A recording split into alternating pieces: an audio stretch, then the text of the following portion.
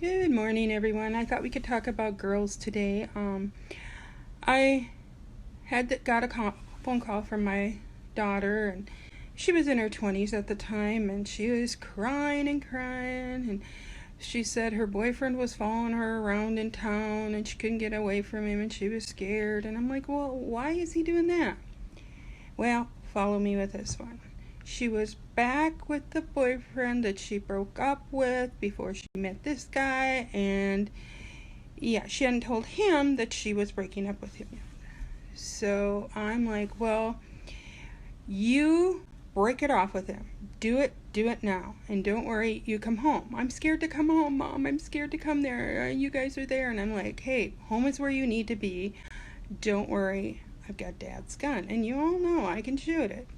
So, she got home, and Steve was at work, of course. So I called my one son that lived here in town. He lived in an apartment not very far away, and I said, I might need your help. I don't know. Ashley's trying to outrun this boyfriend, and she's in a Cavalier, and he's got a Corvette, and I don't think she's going to outrun him, and she's coming home, and I might need your help. And so he comes over, and he's my feisty one, and he's trying to get a hold of all of his friends so they can beat this guy up. Well, my mom is here putting in her 2 cents worth, which I wasn't a very big fan of. And my other daughter, she's laying in the bedroom, and she's out there yelling. She's a young teen at the time, and she's like, Mom, if you shoot him, just throw him out, roll him out in the street, and we won't get in trouble. Because I heard once they're in the street, it's nobody's fault.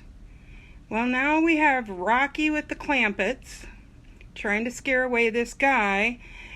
And so let's fast forward everything here for about 10 years. And this same son, he had a new job, and he was working in a warehouse, and he met this guy, and he's like, he's really nice. I really like him. And he asked if he was married or anything, and he's like, no. And he's like, oh, you should meet my sister. You guys would make a great couple. Well, he went on to explain his sister and her name, and telling him how he thought those two should hook up. And this guy, he goes, yeah, I do believe I've already dated your sister at one time. Well, now you know why none of us play matchmaker, because obviously we are not very good at this.